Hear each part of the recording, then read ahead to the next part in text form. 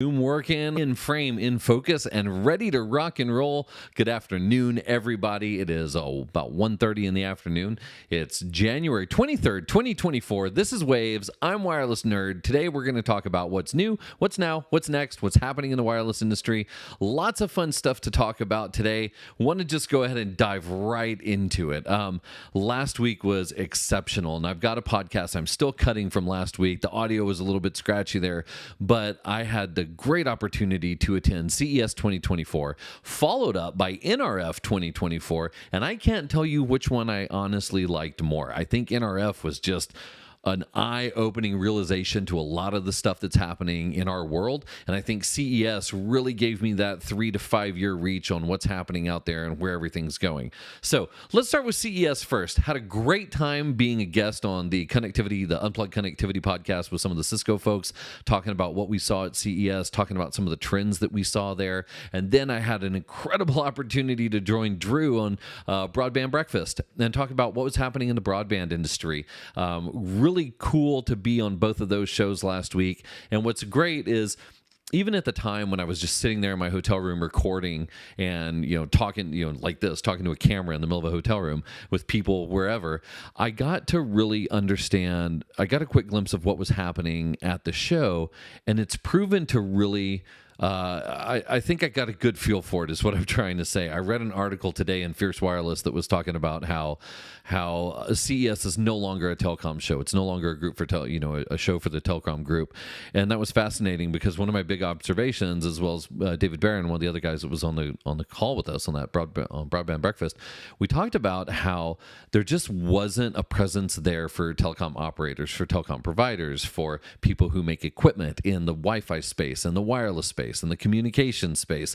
That whole infrastructure component just did not exist at CES. And it was really interesting because I thought I was the only one who noticed it. And, Fierce even called out that AT&T's only booth was in the automotive section, and T-Mobile and Verizon had their booths upstairs hiding. There were these meetings that were held off-site, off of the show floor to deal with telecommunications, but on the show floor, there really wasn't a lot of it.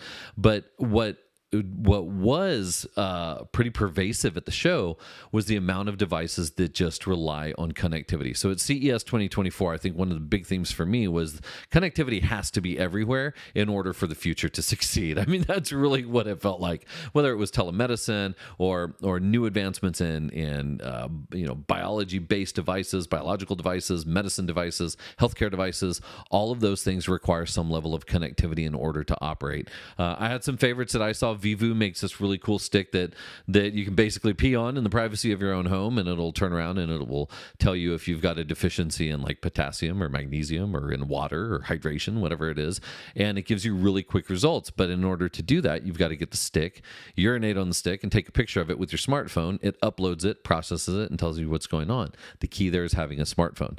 For this, one of the same things that they made that was really awesome, I thought, especially in developing countries or in countries where healthcare isn't as prevalent as it is in some of the other countries, is for urinary tract infections. They make the same thing. It's a little stick that women can urinate on, and it will tell them with 96-97% accuracy if they have a UTI, and that UTI can then turn around and be quickly treated via telemedicine, via telehealth, where drugs, anything that they use to treat it can be immediately sent, dispatched to the female that's having that issue. And that's such a big deal. Having 2 daughters and having a wife, I all too well about UTIs, and it's really it can be life taking. The older you get and things happen. So just as a matter of fact, had a friend who just lost her mother to complications because of a UTI, and so seeing that little thing sitting in a box on a shelf at CES,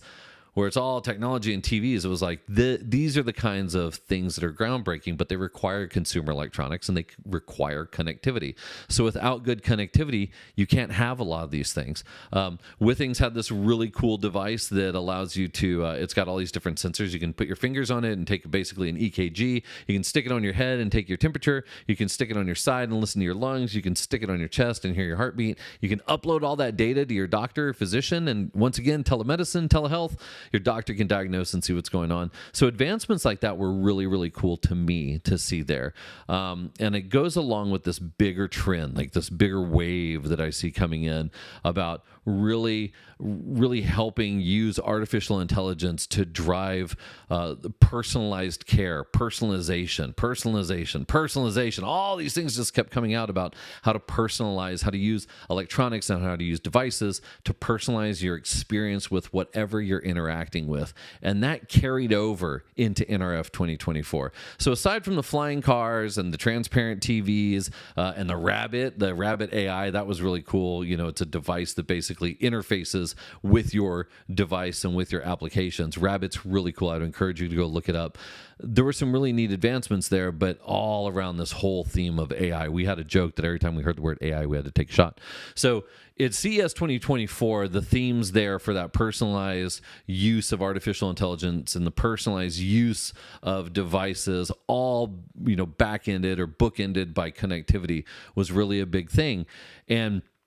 And if you think about where that's going in your day-to-day world, that connectivity is absolutely imperative. So here is my weekly call out to make sure that you call your senators and congressmen to support expanding and renewing ACP in the United States. It's on the chopping block right now. February 7th is the last day for people to sign up to receive ACP benefits.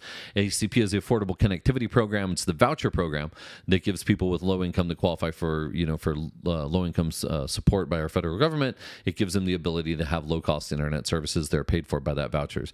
Just in my community alone, 250,000 households take advantage of ACP to have broadband connectivity in their homes. 250,000 just in South Texas alone. 25 million in the United States that are at risk of losing internet connectivity when ACP expires. So if we don't renew ACP, here's what's happening, right? 25 million households that don't have affordable internet access. That means that all of that great stuff that I saw at CES won't work for them. Their cell phones are going to have to go to a different plan. There's no more Wi-Fi at the house. There's all these things that are going to happen unless we do something about it. And unfortunately, we had communities that just slept on it, right? When COVID came in and everyone had the opportunity and the wheat was high and everyone was going after these grants to turn around and get money so that they could build out these citywide networks, not many people did.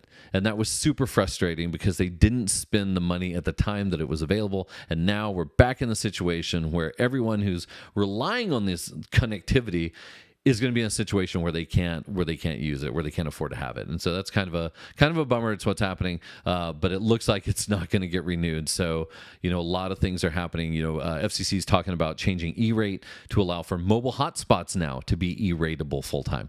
I don't really know how I feel about that. That's an interesting thing. That's still relying on someone else's network to solve the problem. That's the federal government giving money to school districts to turn around and to give to carriers to provide hotspots in their homes. I would rather just see a school district build out a network. I'd rather see a municipality build out a network, solve the problem once and for all, and not have to rely on someone else. Anyway, sorry, off on that tangent. But that's what's happening. And under the category of new and now, those are the things that I see happening right now. Is we're looking at losing that funding. Now, on a whole different note, Google, AT&T, and Vodafone are just announced they're investing $206 million in AST Space Mobile. So this is going to be a Starlink competitor to communicate with AT&T on their mobile devices. Google has agreed to collaborate on product development, testing, and implementation plans for Space Mobile and their network connectivity for Android and related devices. So this is big, right? This is taking devices and giving them a direct satellite link. Right now, we're talking, I think they said it's a 5 megahertz channel that they want to provide. So something simple, allowing people to know where you are and texting or sending a quick message or a small conversation. But as this progresses and you start to look at what satellites and low Earth orbiting satellites can provide from a connectivity perspective. Now that the functionality is going to be built into these mobile devices, it's going to be that much more easy to change that into a plan that gives them higher speed access. Granted, it might not reach broadband speeds, but at least it's something. So then you go back and you think about, what did we see at CES? You saw the healthcare stuff. Well, telemedicine, if I'm just sending bits and bytes, a couple blurbs here and there up, maybe I don't need that much connectivity in order to send test results up and in order to receive prescriptions. You might not be able to do video calling, but now you start talking about expanding the ability to provide global healthcare options using some form of telemedicine because of LEO satellites and whatnot. So interesting to see what's going on there. Obviously, Starlink has a lot happening, but 206 million is nothing to shake a branch at. Along the lines talking about Google has admitted that Chrome incognito mode is actually tracking users. What you need to know, right? Even though going incognito prevents Chrome from keeping it in your history and saving cookies, your site data and your browsing history are looking at your ISP still has access to that. Your ISP can still see where you're going, obviously, and they can see what you're up to online. It could come as a shock to a lot of people who use Chrome. However, for all of us that are kind of aware in the internet business, you know that was pretty much, we all knew that one was coming.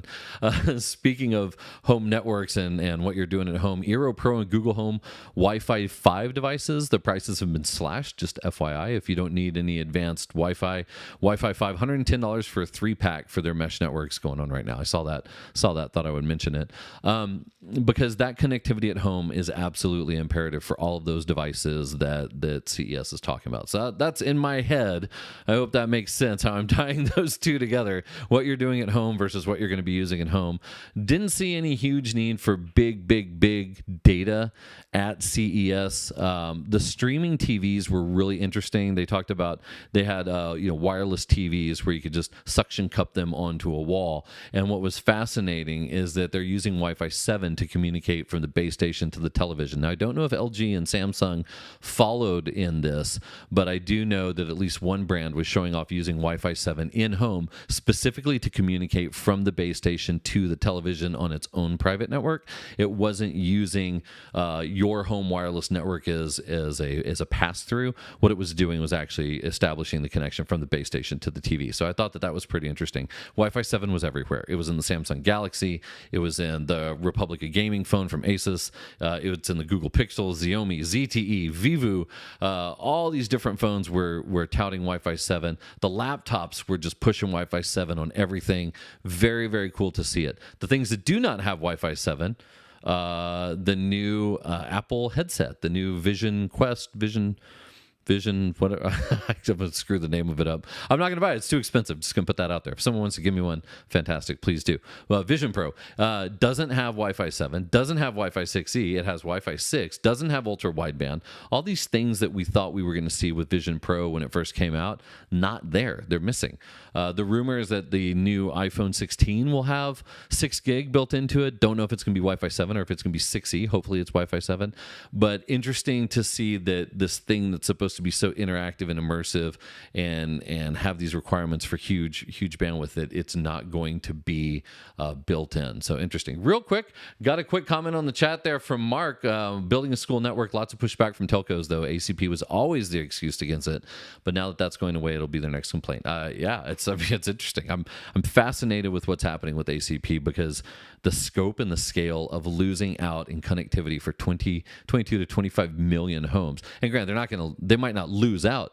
They're just going to not receive the funding. And if they don't receive the funding, then they have to make accommodations somewhere else. And I mean, I live in an area of the world where people really literally have to make a decision on if they're going to go out, if they're going to have food, if they're going to buy new clothes, if they're going to make a car payment, or it's going to be broadband.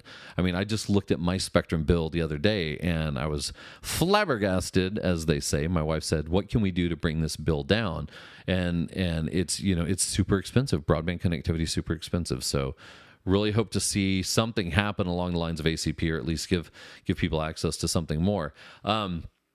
Anyway, back on the CES track, those are the things I saw that were interesting there. I think again, the cars and all that stuff is meh. But it was a fun show to be at this year. It was good. 130,000 people. I will say that once again, I think I'm going to change my business partner and I from Wi-Fi stand. We're walking the show, and we've decided that we're going to change the way we work through the show. We're going to start at the Venetian because that's where some of the fun stuff is. So I think next year I'm going to start at the Venetian, downstairs at the Venetian, the G Hall. That's my jammy jam. I sent a friend over there. He said, "No, that's not where I want to be," and I was like, "That's where I want to be." Do not discount the corners. I saw some incredible things that were there. Met some fantastic vendors, and it was, as I described it, it's the people that want to change the world but don't have the budget to do it. They end up in G Hall, and it was really cool to see some of the products that were out there. So kudos to the teams that were there.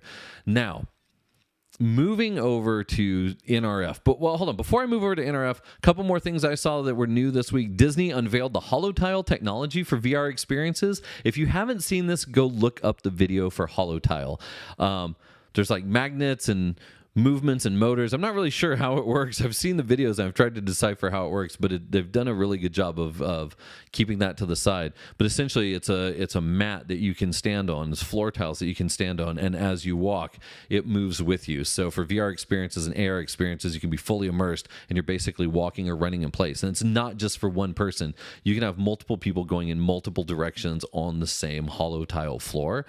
Very cool advancement to see. Definitely changes the way that I would imagine people are going to spend some time in VR. Real quick, another note. Researchers from Stanford and the American University of Beirut have developed a lightweight portable antenna that can communicate with satellites on the ground. It weighs 1.6 ounces. It looks like a pair of finger cuffs, and you can squish it. And when you squish it, it basically becomes a very highly directional antenna. And when you pull it out and you extend it to about 1.5 feet, it ends up becoming a omnidirectional antenna. It operates between 1 and 1.2 gigahertz in that L band, communicating with satellites. Go figure. We were just talking about Leo. They're talking about using it in rescue and relief efforts for disaster-prone areas. And so it's the same technology that they use in space, where they make stuff really small, and then when they get in space, they expand it so that it can become some huge array. This is a helix-based antenna. It's got conductive material that runs through the antenna, sends out the signals. Thanks to its unique structures, the researchers can adjust the pattern and power of those signals in the new antenna by pulling it or pushing it into longer shapes and shorter shapes. And I mean, you're only a step away from having some little motor that does that for you, depending on what you're trying to do. At its most compact, the antenna is a hollow ring that stands just over 1 inch tall and 5 inches across, not much larger than a bracelet, and weighs 1.4 ounces. In this shape, it's able to reach satellites with a high power signal sent in one particular direction. When stretched out to just about 1 foot tall, the antenna sends a lower power signal in all directions, more like a Wi-Fi router. Pretty cool. Maria Sakovsky, an assistant professor of aeronautics at Stanford, congratulations on having this published. It's really cool. Your colleagues at AUB, Joseph Constantine, Yusuf Tak, and Rosetta Maria Bechara. Very, very cool advancements in antenna technology. I can't wait to see where this goes. And for some reason, right underneath that, I say that studies find that Bigfoot sightings correlate with black bear populations. Go figure. Anyway, so to move on to NRF real quick, NRF was absolutely mind-blowing. I know I try and keep these to 12 to 15 minutes. I think I'm sitting at about 18 right now, but I do want to talk about NRF because some of the things that I saw there were just inspirationally game-changing for me. And I talk about this when I got out to New York City. I had the opportunity to do another crossover podcast episode with the guys from the Quick Bike crew. Brian Klinger and I sat down for the first time in a few years and had a really good conversation. Russ Richardson from Machine Q, a big IoT company, joined us, and we talked about what we were seeing at the show and the trends and what we were looking at. Trying to get that audio posted to make sure that you guys can hear that conversation. But one of the things that stood out to me that I absolutely love to think about, and as I've come back and it's been a week since the show, the thing that just sits in my head and resonates with me that I'm telling all of my friends that care to listen about is the experience that I had with SoundHound and Samsung. Now, granted, there's a lot of personalization, a lot of shopping, a lot of, how do you get the product that you want, when you want it, when you need it? How do you use AI to anticipate that, to make sure it ships and make sure it's there and make sure it's delivered, and all of the stuff that you would imagine is happening in the retail environment. But that wasn't what blew me away. What blew me away was the demonstration from SoundHound and Samsung. So you walk up, and in this case, you would have driven up. You drive up to the drive-through, and you start having a conversation with the menu board. You say, it says, "Welcome to Drew's Burgers. May I take your order?" And I say, in absolute plain language, "Yeah, like a large cheeseburger, fries. No, you know what? Make it onion rings." and add extra cheese, cut the burger in half with a Coke to drink, and throw in an apple pie. No, sorry, wife will get mad at me. Take away the apple pie. Just give me a chocolate milkshake. Nope, still going to get mad. You know what? Give me the chocolate milkshake. Anyway, also make it a strawberry milkshake so my wife can share with me. And it is able to understand all of that. And no matter what you change, no matter how you change it, it's understanding everything that you're saying. It's presenting it in real time on the screen. And that to me wasn't the best part. That was absolutely cool, don't get me wrong. But the best part involves conversations with the group from a company called Let's Talk or Let's Chat. And what they do is, in real time, they're taking the order that you've put in on that board where you've been talking to a computer interface. You're talking to AI. You're talking to a robot. You're not really talking to a human, but it can interpret everything you're saying. And they're turning around and they're sending that order in text back to the kitchen. And the great thing that I like to think about is if now you're working in the kitchen and let's say one person in the kitchen is from Peru, the other person in the kitchen is from Germany, the other person in the kitchen is from France, wherever it is, when they log into their screens to begin their workday and their screens in front of them, their profile chooses their default language. And it might be Spanish, it might be English, it might be German, it might be French. Who knows what it's going to be? But it presents the information to them in a language that they can read best. And the killer thing to me is that I can talk to the menu board in one language, and I can have that immediately translated in something that makes sense to the back of house staff, to the kitchen staff who are making the food to increase their efficiency, to decrease the amount of problems that they have because they're reading it in their native language. It makes more sense to them. And that was so cool to me because then you can even walk up, go up to that drive-through and you're in the drive-through and let's say you start speaking Spanish to it. Well, we're talking about AI, folks. So the menu board immediately understands that you're talking in Spanish. It speaks Spanish back to you, and it then translates it to whatever language the kitchen staff needs to make sure that that food is prepared the way that they needed it to. This blew my mind, but that wasn't the best part. Russ Richardson has been finding some incredible things. He found some great stuff at CES, and he found this gem over at NRF, where imagine a menu board that instead of talking, you start using ASL and you use sign language. And that menu board immediately identifies that you're using sign language and it starts communicating back to you with visual prompts and signing back to you or using visual words on the screen to confirm what you're doing. Now you have changed everything. Now you can have someone who uses whatever language comes to them naturally, or whatever language they've learned, or whatever the language they're comfortable with, and you can really bridge that gap between giving people the ability to order and do things that are transformative to their lives. And then you couple it with the other stuff that Samsung did, where you walk up and the AI figure, the avatar that you're talking to is someone who looks like you, talks like you, sounds like you, has the same hair color, is someone that they assume you would hang out with. And you have this completely personalized experience where no matter what I'm doing, the data and the way that I'm interacting with these devices is on my own terms. And I thought that was just absolutely mind-blowing. I don't know what the ramifications of that are. I don't know how long it takes for that to get to market. But one thing that I do know is that connection, that human to machine connection, being able to understand me in any language and translate that so that the people who are working there can understand it in the best way that they can, or it can be translated into code and programs for robotic pizza machines. It's all working seamlessly in a lot of these parts now. And so you see these things coupled together, and it makes me wonder, how do they communicate? And that's, blah, blah, blah, blah, blah, wireless, blah, blah, blah, IoT, blah, blah, blah, all the stuff that goes into it.